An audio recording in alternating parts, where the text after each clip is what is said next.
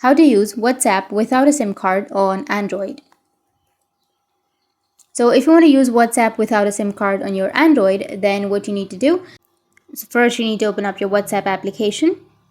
Once you open up your WhatsApp, now you need to go with agree and continue, which is on the bottom, and it will take you to enter your phone number section. Now, if you don't have a SIM on your device, then you can use a SIM which is not on your device but on the other device. But make sure that you have the SIM card even on the other device. So you need to just enter the mobile number right here. So enter your mobile number, and after entering your mobile number, you can tap on next. Once you tap on next, it will ask you if it is the correct number or not. So you just need to simply go with yes, and once you tap